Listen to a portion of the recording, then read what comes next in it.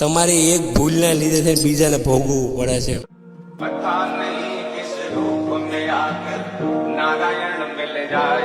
દેવાધિદેવ મહાદેવ ત્રણેય લોકોના નાથ જેને કહેવાય છે ભોળાનાથ, આપણે એને દૂધ ચડાવીએ છીએ, પાણી બધું ચડાવીએ છીએ, પણ અત્યારે તમે જોવો એની હાલત. અને થોડીક ખંડિત થાય એટલે આપણે આવા પાણીમાં નાખી દઈએ. હવે લીલ અને સેવાળથી આપણે એનો અભિષેક કરીએ, એના જેવું થયું. જો ઈ તો ભોળા છે, પણ સમજવાની જરૂર આપણને માણસને છે.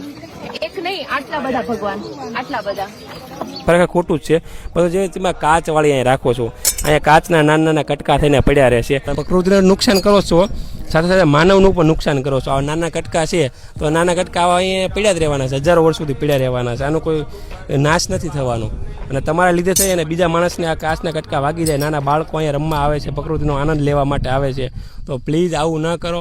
આવી કાચની મૂર્તિઓ વગેરે હોય તો રિસાયકલિંગમાં જે આપણો સ્વાર્થ કરીને છે આરએમસીનો, એમાં જમા કરાવો અથવા કોઈ મંદિરમાં નાનો ખાડો ગાળી અને પધરામણી કરી જો, પણ પ્રકૃતિને ન બગાડો.